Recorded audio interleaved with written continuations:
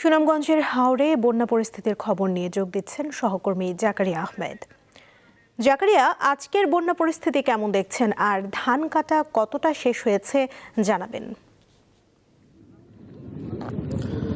সুমনা, যদি শুরুতেই বলে রাখি, গেল 24 ঘন্টায় সুনামগঞ্জে 10 মিলিমিটার বৃষ্টিপাত রেকর্ড করা হয়েছে এবং সুরমা নদীর পানি 27 সেন্টিমিটার সুনামগঞ্জ স্টেশনে বৃদ্ধি পেয়েছে। তো বলা যায় যে সুনামগঞ্জে সুরমা নদীর পানিও বৃদ্ধি পাচ্ছে এবং বৃষ্টিপাত যেহেতু হয়েছে সেক্ষেত্রে জলাবদ্ধতাও বাড়ছে।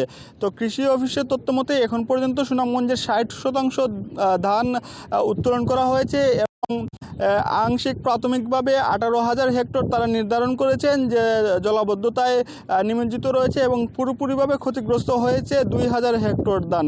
তবে আজকে সকাল থেকে বৃষ্টিপাত না হলেও কিন্তু আবহাওয়া অফিস থেকে ভালো কোনো সুখবর নেই। তারা যে এইটুকু জানিয়েছিল পূর্বাভাস যে আগামী 7 দিন ভারী থেকে অতি ভারী বৃষ্টিপাত হওয়ার সম্ভাবনা রয়েছে। তো সেক্ষেত্রে সুনামগঞ্জে এখনও কিন্তু যেই আশঙ্কা ছিল বন্যা পরিস্থিতি তৈরি হওয়ার সেটি কিন্তু রয়েছে। এদিকে রোদ না থাকার কারণে কিন্তু যে ধানটুকু উত্তোলন করা হয়েছিল সেটি কিন্তু খোলাতে স্তূপ করে রাখছেন কৃষকরা, সেখানে কিন্তু চারা গজাচ্ছে। তো কৃষি অফিস বলছে যে তারা মিলারদের সাথে কথা বলেছে, মিলাররা এই কাঁচা ধান ক্রয় করতে রাজি হয়েছেন। কৃষকদেরকে পরামর্শ দিচ্ছেন কাঁচা ধান স্তূপ করে না রেখে মিলারদের কাছে যদি বিক্রি করে দেন তাহলে মিলাররা ডায়ারের মাধ্যমে শুকিয়ে সেটি চাল করে রাখতে পারবেন, তাহলে কিছুটা ক্ষয়ক্ষতির পরিমাণ কমে আসতে পারে। তো বলা যায় এখন পর্যন্ত সুনামগঞ্জে যে পরিস্থিতি রয়েছে সেটি 7 দিনের পূর্বাভাস রয়েছে, সেটি যদি সত্যি বাস্তবায়ন হয় তাহলে সুনামগঞ্জের কৃষকরা কিন্তু চরম দুর্ভোগে পড়বেন।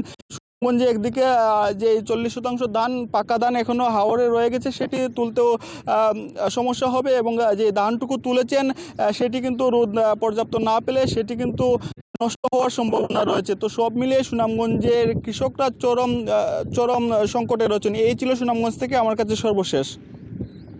জাকারিয়া, ধন্যবাদ আপনাকে। দর্শক, বন্যার খবর নিয়ে এবার কিশোরগঞ্জ থেকে জানাচ্ছেন সহকর্মী মশিউর রহমান নাদিম। বাংলাদেশের অন্যতম খাদ্য ভাণ্ডার হিসেবে খ্যাত কিশোরগঞ্জের হাওর অঞ্চল এখন উৎসবের বদলে বিষাদের সুর। কিশোরগঞ্জে গত এক সপ্তাহ ধরে থেমে থেমে বৃষ্টি হচ্ছে। এখানকার কালনি, মগরা, বৌলাই সহ বিভিন্ন নদীর পানি ক্রমাগত বাড়ছে। কৃষি বিভাগের তথ্য অনুযায়ী 9.45 হাজার হেক্টর জমি পানির নিচে তলিয়ে গেছে। 30 থেকে 32 হাজার কৃষক ক্ষতির মুখে পড়েছে। কিশোরগঞ্জ জেলায় 1,68,262 হেক্টর জমি আবাদ করা হয়েছে। কিশোরগঞ্জের হাওর অঞ্চলে করা হয়েছে 1,04,800 হেক্টর জমি। 4 আসনের সংসদ সদস্য বীর মুক্তিযোদ্ধা অ্যাডভোকেট ফজলুর রহমান কৃষকদের সাথে দেখা করেছেন এবং ক্ষতিগ্রস্ত কৃষকদের ক্ষতিপূরণের আশ্বাস দিয়েছেন।